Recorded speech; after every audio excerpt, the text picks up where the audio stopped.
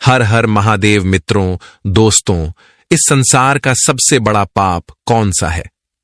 भगवान शिव ने माता पार्वती को संसार के सबसे बड़े पाप के विषय में बताया है कि किसी भी प्रकार का पुण्य कर्म इस पाप से मुक्ति नहीं दिला सकता।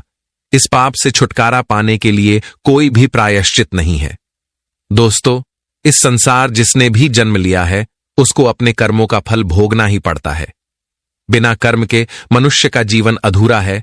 इस जगत के प्रत्येक प्राणी को उसके कर्मों के अनुरूप फल मिलता है।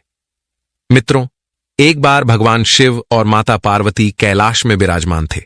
तभी माता पार्वती भगवान शिव से पूछती हैं, हे प्रभु, संसार में पाप तो अनेक है, परंतु इनमें सबसे बड़ा पाप कौन सा है?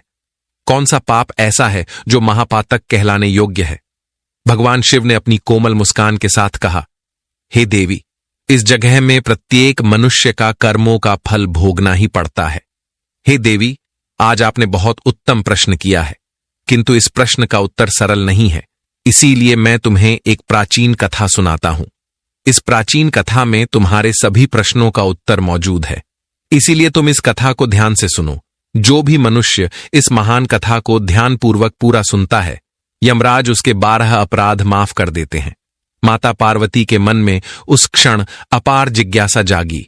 उन्होंने अत्यंत आदर के साथ अपना सिर झुकाकर निवेदन किया, हे प्रभु, मैं तत्पर हूं, कृपया मुझे वो कथा सुनाएं। आपके मुख से निकली वाणी अमृत के समान होती है। भगवान शिव ने अपना करुणामय नयन उठाए और धीरे धीरे कथा आरंभ की। फिर भगवान शिव कहते हैं, हे देवी, ये कथा अति प्राचीन काल की है, जब मध्य देश में एक फतेहपुर नगर था। यह नगर अपने वैभव और सांस्कृतिक संपदा के लिए विख्यात था। उसी नगर से कुछ दूरी पर एक छोटा सा गांव बसा था जिसका नाम गजपुर था। उसी गजपुर में एक अत्यंत विचित्र घटना घटी। उसी घटना की चर्चा तुम्हें सुनाकर मैं तुम्हारे प्रश्न का उत्तर दूंगा। गजपुर गांव में एक ही दिन में 7 स्त्रियों की मृत्यु हुई। नियति का विधान ऐसा हुआ कि उन 7 का देहांत एक ही घड़ी में हुआ।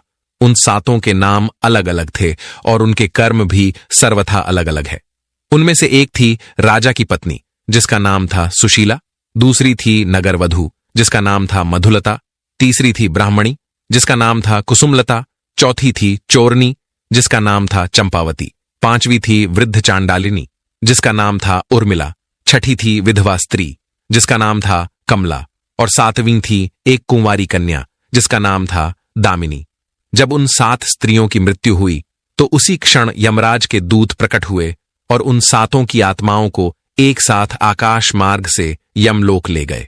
जब वे सभी यमलोक पहुंची तो वहां का दृश्य अत्यंत भयानक था। बड़े बड़े अग्निकुंड धधक रहे थे, प्रलयकारी वायु बह रही थी और अन्य पापियों के चित्कार सुनाई पड़ रहे थे। इसी भयावह परिवेश में यमलोक की वे विशाल लोहे की दिव्य प्राचरें दिखाई देती थीं, जहां यमराज का दरबार स्थापित था। यमलोक पहुंचते ही वे 7 आत्माएं आश्चर्यचकित थीं, क्योंकि उन सब ने कभी सोचा न था कि मरने के उपरांत इस प्रकार एक दूसरे के सम्मुख खड़ी होंगी। उन सब की भिन्न भिन्न परिस्थितियां थीं, अलग अलग पाप पुण्य थे, परंतु एक पल को वे सब भूल गई कि अब आगे क्या होने वाला है। सब एक दूसरे को देखकर विस्मय कर रही थीं। कुछ क्षण पश्चात उनके मन में अपनी गति को लेकर बेचैनी बढ़ी। वहां खड़े खड़े वे आपस में बातचीत करने लगी, क्योंकि उनके जीवन के गहनतम रहस्य, उनके पाप, उनके पुण्य सब अब उनके सामने प्रत्यक्ष होने वाले थे। सबसे पहले बोलना आरंभ किया रानी सुशीला ने। सुशीला ने भव्य वस्त्र धारण किए थे, किंतु उसका चेहरा उदास था। वो बोली, हे बहन, मेरे जीवन की कहानी बड़ी विचित्र है। मैं राजा की पत्नी थी, पर मैंने अपने पति के साथ छल किया। अनेक निर्दोष लोगों के विरुद्ध षड्यंत्र रचे, दरबार में ईर्ष्या और द्वेष फैलाया। मैंने पति का कभी समुचित सम्मान नहीं किया, उन्हें सदैव तुच्छ समझा। धन वैभव के मद में चूर होकर मैंने हठधर्मिता की, लोगों को सताया। परंतु जब एक दिन मुझे अपनी भूल का भान हुआ, तब मैंने पति की निष्ठापूर्वक सेवा की। मैंने मन से तर्पण और प्रायश्चित करने का प्रयास किया, व्रत रखे, उपवास किए और राजधर्म को सुधारने का प्रयत्न किया। फिर भी मैं जानती हूं कि मेरे पाप ही अधिक हैं और यमराज मुझे अवश्य ही नर्क में डालेंगे। ये कहकर सुशीला की आंखों में आंसू आ गए। उसके बाद पास में ही खड़ी वेश्या मधुलता ने एक दीर्घ निश्वास ली और बोली, हे रानी, तुम्हारे पाप संभवतः बड़े होंगे, परंतु मैं स्वयं अपने भाग्य को कोस रही हूं। मेरा नाम मधुलता है। मैं एक नगर वधू थी। छोटी सी आयु में मेरे पिता, जो स्वयं एक दुष्ट चोर थे, उन्होंने मुझे धन के लालच में बेच दिया। मैंने कभी स्वयं निश्चयपूर्वक ये व्यवसाय नहीं चुना था, परंतु समय ने मुझे इस राह पर धकेल दिया। कई पुरुषों ने मेरा उपभोग किया। मैं अज्ञान में और लाचारी में पाप कर्म में रत रही। हां, किंतु मैंने कुछ दान पुण्य किए, अनाथ बच्चों की सहायता की, परंतु मैं निश्चित जानती हूं कि मेरे पापों का घड़ा भरा है। यमराज मुझे नरक में डालेंगे तो कोई आश्चर्य नहीं होगा। ऐसा कहते हुए मधुलता की वाणी में वेदना साफ झलक रही थी। फिर तीसरी स्त्री ब्राह्मणी कुसुमलता थी। वो बोली, हे बहन, मेरा नाम कुसुमलता है। मैं ब्राह्मण कुल में जन्मी, परंतु मुझे धन का लोभ हो गया। मैंने दूसरों को ठगा, अपने ज्ञान का दुरुपयोग किया, जगह जगह पूजा पाठ के नाम पर लोगों को भ्रमित किया। फिर भी मेरे जीवन में एक गुण था, मैंने अपने पति पर हमेशा विश्वास रखा। मैं उनके प्रति एक निष्ठ रही। पतिव्रता धर्म मैंने निभाया और कभी भी अपने पति की मर्यादा भंग नहीं की। मैंने अनेक दान भी किए, परंतु मेरे पाप भी बहुत हैं। अब यमराज मेरे कर्मों का हिसाब करके जहां चाहेंगे वहां भेजेंगे।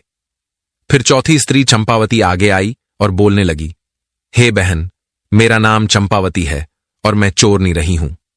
मैंने धन दौलत गहने कपड़े जो कुछ भी हाथ लगा चुराया। मैं जिंदगी भर अपनी आवश्यकताओं की पूर्ति के लिए अनैतिक मार्ग अपनाती रही।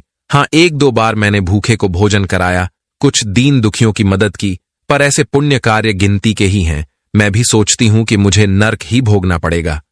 फिर पांचवी स्त्री वृद्ध चांडालिनी उर्मिला थी, जिसका शरीर जर्जर था। वो बोली, हे बहन, मेरा नाम उर्मिला है। मेरा जन्म ही चांडाल कुल में हुआ।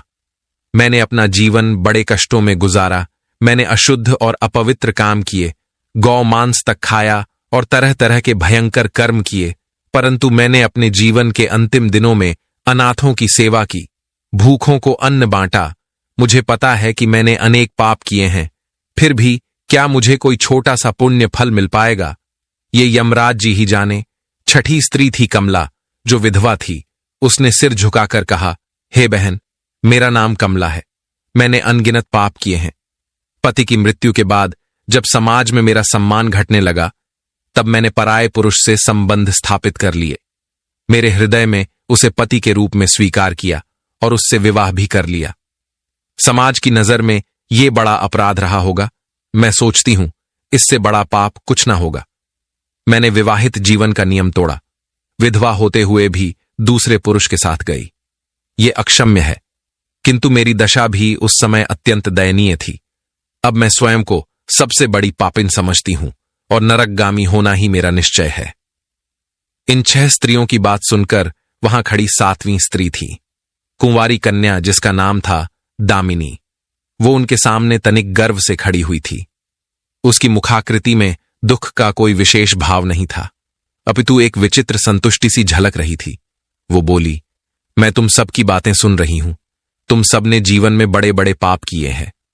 किसी ने अपने पति को धोखा दिया, किसी ने अनैतिक कार्य किए, किसी ने ब्राह्मण कुल में पैदा होकर भी लोभ पाप किया, किसी ने चोरी की, किसी ने अस्वच्छ आचरण किया, तो किसी ने पति की मृत्यु के बाद पराये पुरुष को पति बना लिया।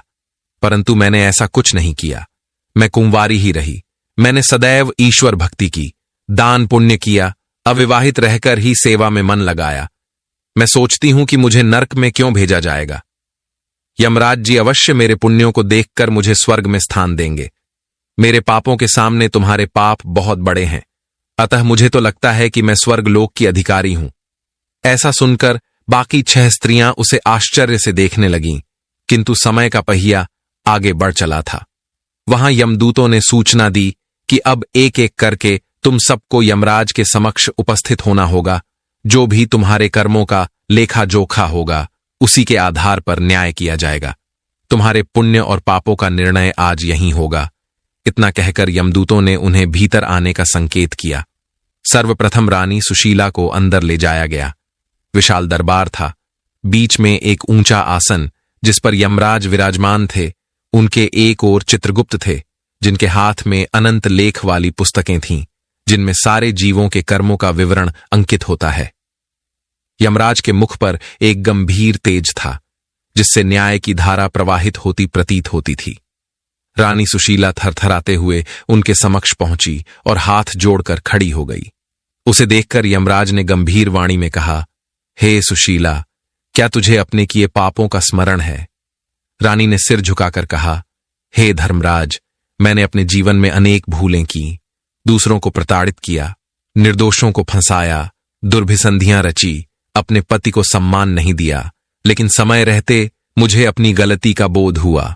मैंने अंतिम काल में राजधर्म का पालन किया, लोक कल्याण के कार्य किए और अपने पति की सेवा भी की। यमराज ने चित्रगुप्त की ओर संकेत किया, हे चित्रगुप्त, तुम्हारे पास क्या प्रमाण है? क्या ये स्त्री सत्य कह रही है? चित्रगुप्त ने अपने दिव्य लेख के ताले खोले और कहा, हे धर्मराज, रानी सुशीला ने आरंभिक जीवन में बहुत पाप किए, उसका लेखा यहां दर्ज है, परंतु जीवन के अंतिम वर्षों में इसने सच्चे हृदय से पश्चाताप किया, अनेक यज्ञ, दान एवं प्रजाहित के कार्य किए। इसने कन्याओं का विवाह कराया, गरीबों का भरण पोषण किया, अपने पति को भगवान समान मानकर सेवा की, अनेक निर्दोष लोगों से क्षमा याचना की। कुल मिलाकर इसके पापों का परिमाण इसके पुण्य से कम हो गया है, क्योंकि इसने समय रहते प्रायश्चित किया और मन से परावर्तन किया। यमराज ने कुछ क्षण आंखें बंद कर ध्यान किया, फिर बोले, हे सुशीला, तेरे लिए स्वर्ग का द्वार खुला है। तूने पाप तो किए, परंतु समय पर उनका प्रायश्चित कर डाला। जाओ, स्वर्गलोक की देवांगनियां तेरा स्वागत करेंगी। रानी सुशीला के मुख पर अपार प्रसन्नता चमक उठी। वो कृतज्ञता से नमन करके वहां से निकल गई। अब दूसरी बारी आई वेश्या मधुलता की।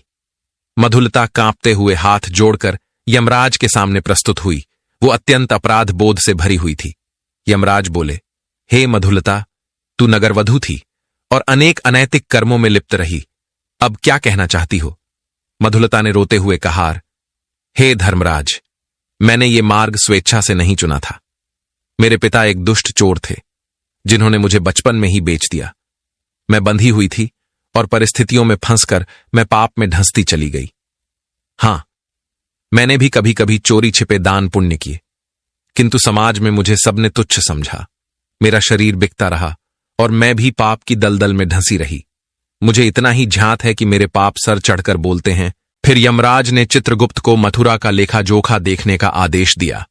चित्रगुप्त ने अपनी पुस्तकें पलटीं और कहा, हे धर्मराज, इसका प्रारब्ध ऐसा था कि नन्ही आयु में ही इसे वेश्यालय में बेच दिया गया। इसने अनेक पुरुषों के साथ संसर्ग किया, किंतु इसकी आत्मा भीतर ही भीतर बिलखती रही। इसने लाचार स्त्रियों और अनाथ बच्चों के लिए समय समय पर अन्न वस्त्र का प्रबंध किया। तन से पाप में लिप्त रही, परंतु हृदय में करुणा का बीज भी जगा रहा। ये अनेक बार दान देती थी और प्रार्थना करती थी कि ईश्वर इसे मुक्ति मार्ग दिखाएं। इसके जीवन के अंतिम दिनों में इसने पश्चाताप किया, मन से रोई और स्त्रियों के कल्याण के लिए प्रार्थना की। इसकी घोर विवशता को भी ध्यान में रखा जाना चाहिए। यमराज ने कठोर स्वर में पूछा, हे मधुलता, क्या तूने हृदय से स्वयं को शुद्ध किया था? क्या तुझे अपने पापों का बोध था? मधुलता ने अश्रुपूरित नेत्रों से उत्तर दिया, हां धर्मराज, मैं निरंतर प्रार्थना करती थी कि मुझे इस चक्र से मुक्त होने का कोई मार्ग मिले। एक दिन मैंने अपने दुष्ट संचालक का विरोध भी किया, किंतु वो मुझ पर भारी पड़े। मैंने अंततः हिम्मत हार गई, पर मरने से पूर्व मैंने भगवान का स्मरण कर अपने सभी पापों के लिए क्षमा मांगी। मैंने यथाशक्ति दूसरों की सहायता भी की। यमराज ने क्षण भर के लिए मौन धारण किया, फिर बोले, हे मधुलता, तुम्हारी मनोदशा, तुम्हारा पश्चाताप और तुम्हारे दान हमें दिखाई देते हैं। तुझे भी स्वर्गलोक में स्थान मिलेगा, क्योंकि तेरी आत्मा वास्तविक रूप से दोषी नहीं थी। परिस्थितियों ने तुझे पाप की ओर धकेला, फिर भी तूने हृदय से प्रायश्चित किया और दूसरों के लिए सहानुभूति रखी। जाओ, स्वर्ग की ओर प्रस्थान करो। मधुलता एकाएक अत्यंत विस्मित हो गई, किंतु फिर वो कृतज्ञतापूर्वक यमराज को नमन करके वहां से विदा हो गई। अब तीसरी स्त्री ब्राह्मणी कुसुमलता सामने आई। वो ब्राह्मण कुल में जन्मी अवश्य थी, परंतु उसके कार्य ब्राह्मणोचित नहीं थे। यमराज ने निर्भीक वाणी में पूछा, हे कुसुमलता, तू ब्राह्मणी होने के बावजूद दूसरों को ठगती रही, धर्म के नाम पर छल करती रही, तुझे इसका क्या स्पष्टीकरण देना है? कुसुमलता ने सिर नीचे किए हुए उत्तर दिया, हे धर्मराज, मैं स्वीकार करती हूं कि मुझ में धन का लोभ था। मैंने पूजा पाठ की आड़ में लोगों से दक्षिणा ऐंठी, कभी सत्य ज्ञान देने का प्रयास नहीं किया, परंतु मैं अपने पति के प्रति सदा निष्ठावान रही। मैंने कभी भी चरित्र भ्रष्ट आचरण नहीं किया। मैंने साथ ही कुछ दान पुण्य भी किए, पवित्र यज्ञों में सम्मिलित रही। मुझे पता है कि मेरे पाप भी बड़े हैं। फिर यमराज ने चित्रगुप्त को कुसुमलता का लेखा जोखा देखने का निर्देश दिया। चित्रगुप्त ने इस बार अपनी पुस्तक में कई पन्ने पलटे और बोले, हे धर्मराज, कुसुमलता ने अनेक कुकर्म किए हैं। ये धन लिप्सा के लिए ब्राह्मण धर्म की मर्यादा भूल गई, लेकिन इसने पति की सेवा तन मन से की, उसका उल्लंघन कभी नहीं किया। ब्राह्मण कुल की मर्यादा भले ही धूमिल हुई हो, पर पतिव्रता धर्म इसका जगमगाता रहा। इसके पुण्य और पाप का संतुलन जानना आवश्यक है। यमराज ने कुसुमलता के भीतर झांकते हुए कहा, हे कुसुमलता, तेरी कामना धन की थी, पर पति और परिवार के प्रति तेरा समर्पण सच्चा था। तूने भी जीवन के अंत में अपनी भूलों को स्वीकारा और ईश्वर के समक्ष पश्चाताप किया। तेरे अपराध बहुत गंभीर नहीं ठहरते, क्योंकि तेरी वृत्ति ने धर्म के आडंबर से धन कमाया अवश्य, पर तूने उसे पूरी तरह विलास में नहीं उड़ाया। अनेक यज्ञ हवन और समाज सेवा के कार्यों में भी लगाया, इसलिए तुझे भी स्वर्ग में स्थान मिलेगा। कुसुमलता ने सिर झुकाकर कहा, जो आदेश। हे धर्मराज, मैं आपके निर्णय को सहर्ष स्वीकारती हूं। इतना कहकर वो स्वर्ग लोक के द्वार की ओर चली गई। फिर चौथी स्त्री चंपावती को पुकारा गया। वो कांपते आगे बढ़ी। उसके मुख पर अपराध बोध के चिन्ह स्पष्ट थे। उसे देखकर यमराज ने प्रश्न किया, हे चंपावती, तूने चोरी और छल कपट से जीवपन किया, क्या तुझे अपने पापों का एहसास है? चंपावती ने कंपित स्वर में कहा, हां धर्मराज, मैंने जीवन भर दूसरों का धन चुराया, कई बार असहाय लोगों के पास से भी छीन लिया, परंतु मैंने ये सब किसी विलासिता के लिए नहीं, बल्कि अपनी निर्वाह की विवशता के कारण किया। मेरा परिवार अत्यंत दरिद्र था। बचपन में मेरे माता पिता ने मुझे भीख मंगवाई, फिर चोरी सिखाई। बड़े होकर मैं चोरी से बच ना सकी, लेकिन मैं स्वीकार करती हूं कि मैंने कहीं कहीं कुछ पुण्य भी किए। भूखे लोगों को भोजन कराया, जरूरतमंदों को कपड़े बांटे। मेरे हृदय में दया का भाव कभी पूरी तरह नहीं मरा। फिर यमराज ने चित्रगुप्त को चंपावती के कर्मों का लेखा जोखा देखने को कहा। चित्रगुप्त ने दस्तावेजों पर दृष्टि डाली और बोले, हे धर्मराज, चंपावती के अनेक अपराध गिने जा सकते हैं, परंतु इसके भीतर करुणा का बीज समाप्त नहीं हुआ था। इसने कई बार अपने अपराध से प्राप्त धन का एक भाग लोक कल्याण में लगाया। इसने कभी हिंसक चोरी नहीं की, जान से मारना, रक्तपात करना, ऐसा घोर पाप नहीं किया। चोरी अवश्य की, पर मन में हमेशा भय और पश्चाताप रहा। मृत्यु से कुछ दिन पूर्व इसने चोरी करना त्याग दिया था और अपने परिवार के भरण पोषण के लिए ईमानदार जीविका की खोज में थी। फिर यमराज ने चंपावती की ओर देखते हुए गंभीर वाणी में कहा, हे चंपावती, तेरे पाप मामूली नहीं, किंतु तेरा हृदय पूर्ण रूप से काला भी नहीं हुआ। तूने अंतिम दिनों में आत्म परिवर्तन का प्रयास किया। तुझे भी अवसर दिया जाएगा कि तू अपनी आत्मा को शुद्ध कर सके। अभी तुझे कुछ समय के लिए स्वर्गलोक का सुख भोगने को मिलेगा, पश्चात फिर से मनुष्य जन्म मिलेगा। चंपावती ने कृतज्ञ होकर प्रार्थना की, धन्यवाद हे धर्मराज। मैंने कभी सोचा न था कि मुझे स्वर्ग की राह मिल सकती है। मैं आपके न्याय को नमन करती हूं। यमराज को प्रणाम करके वो स्वर्ग के मार्ग की ओर चली गई। उसके बाद पांचवी स्त्री वृद्ध चांडालिनी उर्मिला को प्रस्तुत किया गया। वो अत्यंत दुर्बल और जर्जर दिखाई पड़ रही थी, पर उसकी आंखों में एक अजीब सी आशा थी। उसे देखकर यमराज ने प्रश्न किया, हे उर्मिला, तूने अशुद्ध कर्म किए, अपवित्र आहार ग्रहण किया, अनेक अनुचित आचरण किए, तुझे क्या कहना है? उर्मिला ने करुण स्वर में कहा, हे धर्मराज, मेरा जन्म चांडाल कुल में हुआ। वहां अधर्म, मांसाहार, अपवित्र कर्म, ये सब साधारण बात थी। मैंने भी वही सब किया जो मेरे चारों ओर होता था। जब उम्र ढलने लगी तब मुझे संसार की क्षणभंगुरता का ज्ञान हुआ। मैंने अनेक अनाथों की सहायता की, भूखों को भोजन दिया, उनके लिए झोपड़ी बनाई। मैंने प्राणी मात्र के प्रति दया का भाव भले ही देर से सीखा, परंतु सीखा अवश्य। मैं जानती हूं मेरे पाप नष्ट नहीं हो सकते, परंतु क्या मेरे के अच्छे काम का कोई फल नहीं? यमराज ने चित्रगुप्त को उर्मिला के कर्मों का लेखा झोखा देखने का आदेश दिया। फिर चित्रगुप्त ने अपनी पुस्तक देखकर कहा, हे धर्मराज, उर्मिला ने बहुत पाप किए हैं। इसका जीवन अत्यंत तामसिक रहा है। मांस भक्षण और अनेकों हिंसक कृत्य इसमें सम्मिलित हैं, किंतु इसने ईश्वर की भक्ति की, अनेक अनाथ मनुष्यों का अंतिम संस्कार किया तथा अनेक प्राणियों की सेवा की है।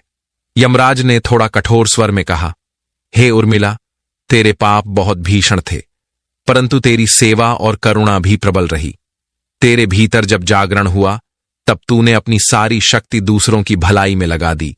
ऐसे में तुझे भी स्वर्ग लोक में स्थान मिलेगा, क्योंकि तूने हृदय से प्रायश्चित किया है।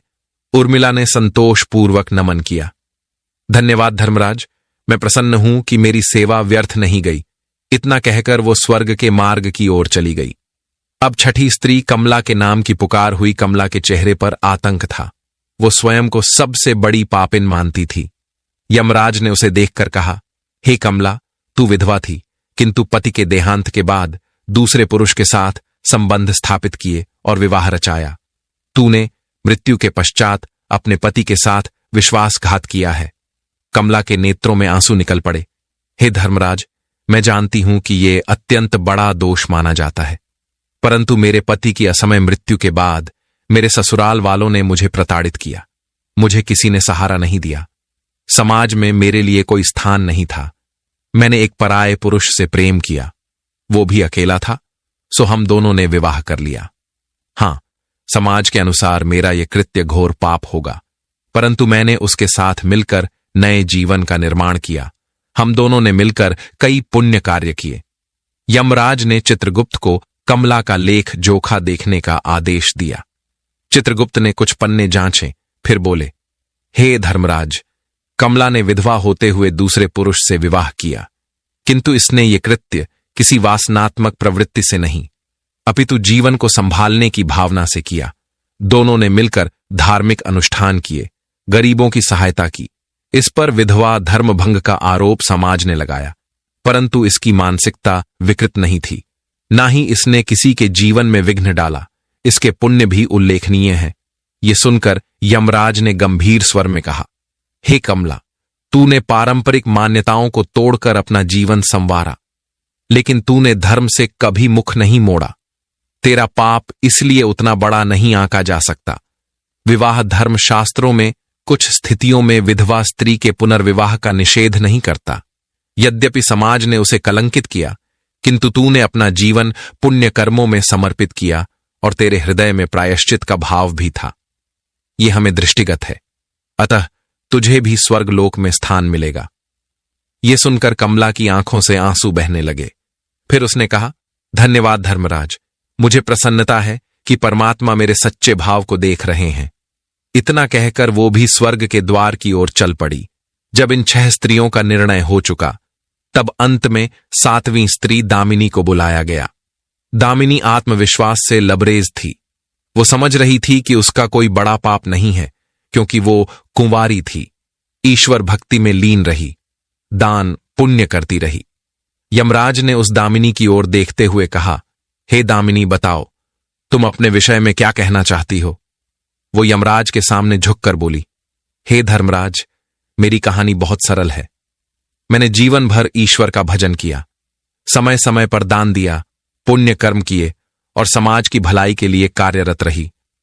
मैं सोचती हूं कि मैं स्वर्ग की अधिकारी हूं, क्योंकि मैंने कोई ऐसा पाप नहीं किया जो अन्य लोगों की तरह घोर हो।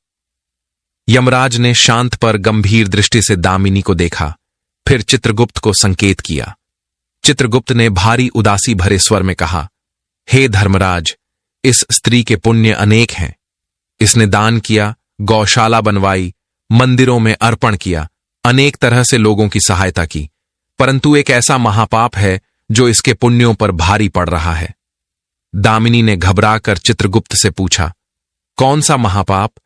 आपने गलती से मेरा नाम किसी और के साथ जोड़ दिया होगा। मैंने कभी कोई ऐसा पाप नहीं किया जो प्रकट हो सके। यमराज ने सीधे सीधे कहा, हे दामिनी, तू ये मत भूल कि हम तेरा समस्त कर्म देख सकते हैं। तुझे स्मरण नहीं है कि तूने अविवाहित रहते हुए एक पुरुष से संबंध बनाया था और उसके फलस्वरूप गर्भवती हुई थी। इस बात पर दामिनी का चेहरा एकदम से फीका पड़ गया। वो कांपने लगी। उसे लगा कि उसके मन का सबसे गहरा राज उजागर हो गया। फिर चित्रगुप्त ने आगे कहा, हे पापिनी, तुझे भय था कि समाज तुझे कलंकित करेगा, इसीलिए तूने स्वयं अपने गर्भ का नाश कर दिया। तेरे भीतर पल रहा एक निर्दोष जीव तुझसे प्राणों की याचना करता रहा, पर तूने अपने ही पेट पर प्रहार करके उसका अंत कर डाला। ये भ्रूण हत्या है। तूने विवाह से पूर्व जिस व्यक्ति के साथ अपने मन की इच्छा पूरी की, उसने भी तुझे इस कृत्य के लिए उकसाया, पर पाप का भागीदार मुख्यतः तू स्वयं है। यह सुनकर दामिनी चीख पड़ी, यह असत्य है। मैंने अपने जीवन में इतना पुण्य किया है, लोगों की सेवा की है। यदि मैंने किसी अनचाहे गर्भ को नष्ट किया तो वो मेरा विवश कदम था। मैं समाज में कलंकित हो जाती, मेरे माता पिता का नाम डूब जाता। मैं भला क्या करती?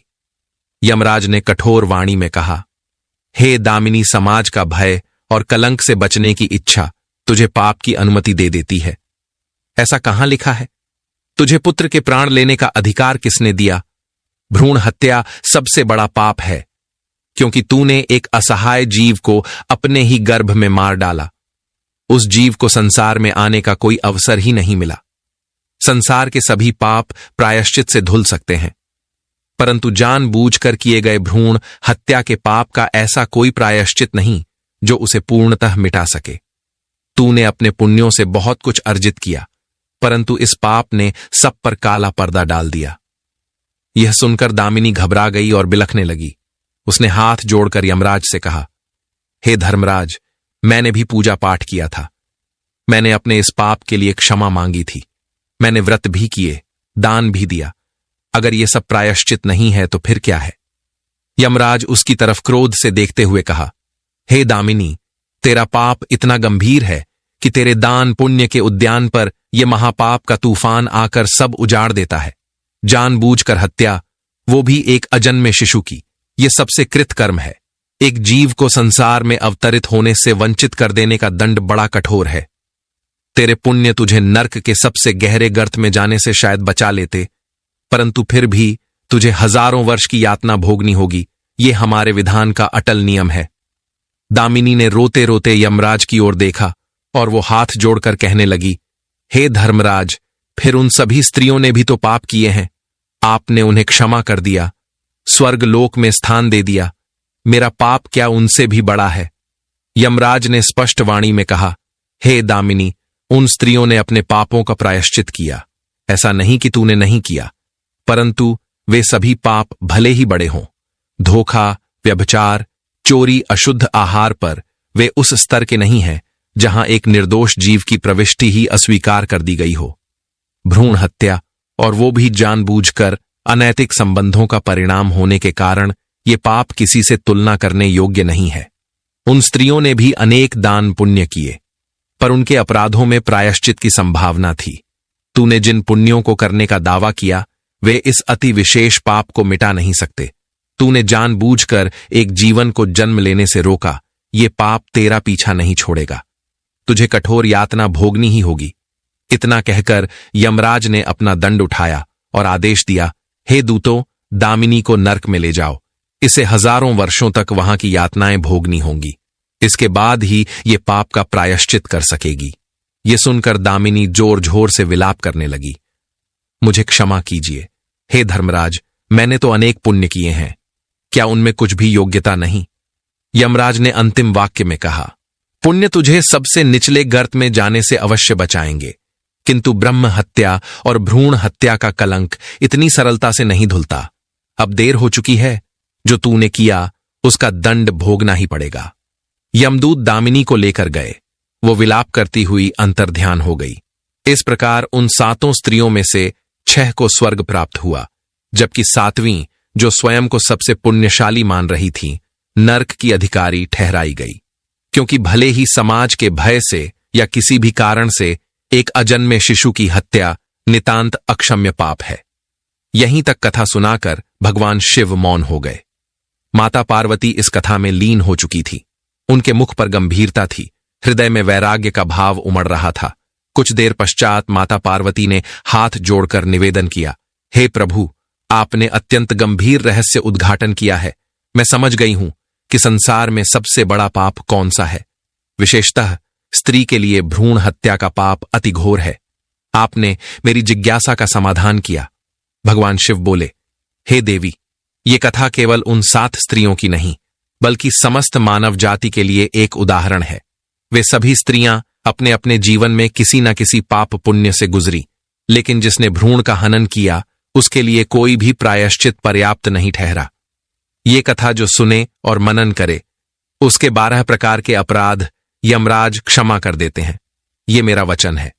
मित्रों, आज की ये कथा आपको अच्छी लगी हो तो हमारे चैनल को सब्सक्राइब अवश्य करें। साथ ही कमेंट में हर हर महादेव अवश्य लिखें। मिलते हैं अगली वीडियो में। आप अपना ख्याल रखें।